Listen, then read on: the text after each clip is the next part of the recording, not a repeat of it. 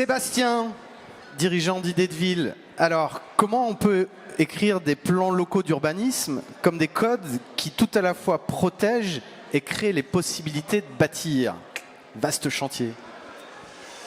Bonsoir à tous. Donc écrire des codes quand on est urbaniste comme moi, c'est établir des stratégies réglementaires différenciées sur les tissus bâtis. Le plan local d'urbanisme, c'est un peu comme une table de DJ, une table de mixage d'un DJ. Il y a beaucoup de petits réglages qui permettent une infinité de nuances, de combinaisons pour permettre d'encadrer les tissus bâtis. Ces combinaisons, ils forment une sorte de palette de codes, de stratégies, de règles qui permettent de graduer, d'accompagner la transformation des tissus bâtis dans leur diversité architecturale et paysagère. Les auteurs d'un document d'urbanisme, ils ont des outils puissants à disposition comme protéger les arbres, protéger les espaces verts, protéger les éléments bâtis, etc. Et avec la possibilité de descendre jusqu'à l'échelle de la parcelle.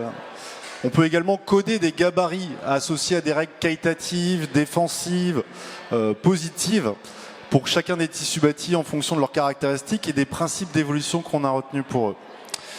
Il est beaucoup plus facile de figer complètement, de bloquer complètement un tissu bâti de toute évolution que de définir des niveaux différents d'évolution, de gradation, de transformation et d'ici.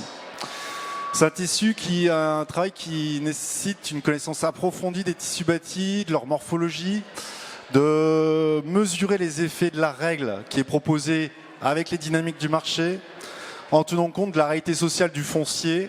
Sous le cadastre, il y a des vrais gens, à moins de rétablir le Second Empire. Écrire des règles qui tout à la fois protègent et créent des possibilités de construire, forcément synonyme de documents un peu plus sophistiqués, un peu plus raffinés que les PLU qu'on a commencé à écrire à partir de 2001 et de la loi SRU. Cet encodage fin des tissus bâtis mobilise des compétences diverses, architecturales, géomatiques, foncières, graphiques, architecturales, j'ai déjà dit. Et ça implique une ingénierie qui est capable de mener ces études. Et en gros, c'est un peu la même ingénierie, les mêmes moyens qu'il faut mettre comme quand une collectivité pilote une opération publique pour pouvoir mener cette densification à petite échelle. Top, merci beaucoup.